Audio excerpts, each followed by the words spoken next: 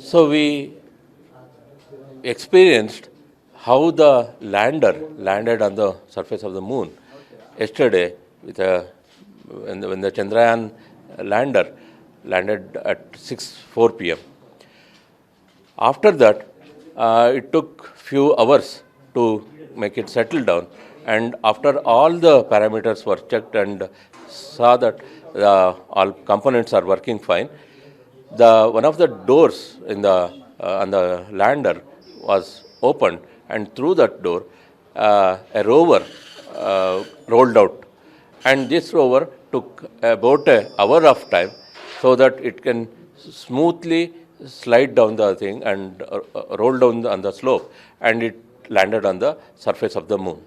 So after it landed on the moon, right? So it will be in few days, or to be exact, in another 14 days, it will roam around the area where actually it has landed, right, slowly, and do some scientific analysis. It has two scientific instruments which can be used to analyze the chemical composition of the moon soil, and also it can detect the radiation from the moon soil. So these are the scientific objectives of those two instruments that the rover Pragyan is carrying. Just about the data and the number of more days after this 14 and a half days. So regarding that. So if after 14 days, why actually we are limiting this to 14 days is the region where actually this lander and the rover is situated now is in a daylight, right, which will last for another 14 Earth days. Okay. So after that, when the area becomes dark, right, and the night in this area starts.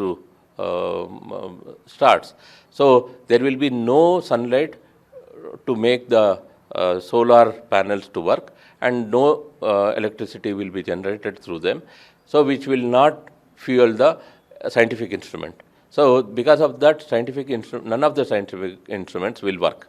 So only after another 14 days, when the sunlight again shines on this region, or the day starts on this region, so there is a probability that the solar panel gets reactivated and it starts to generate electricity, which in turn makes all the other scientific instruments to work. So there is a possibility that it may again start working after another 14 days cycle. So there is always possibility that this cycle will continue for some time, and we get more amount of data. Lander has a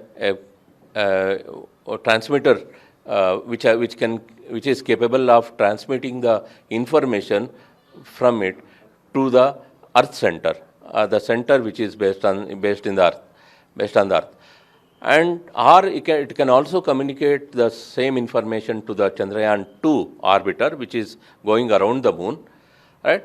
That orbiter can resend that information to the ground station. So there is a two possibilities of communicating with the ground. One directly from the lander to the ground station, or the other one is lander to orbiter and orbiter to ground station.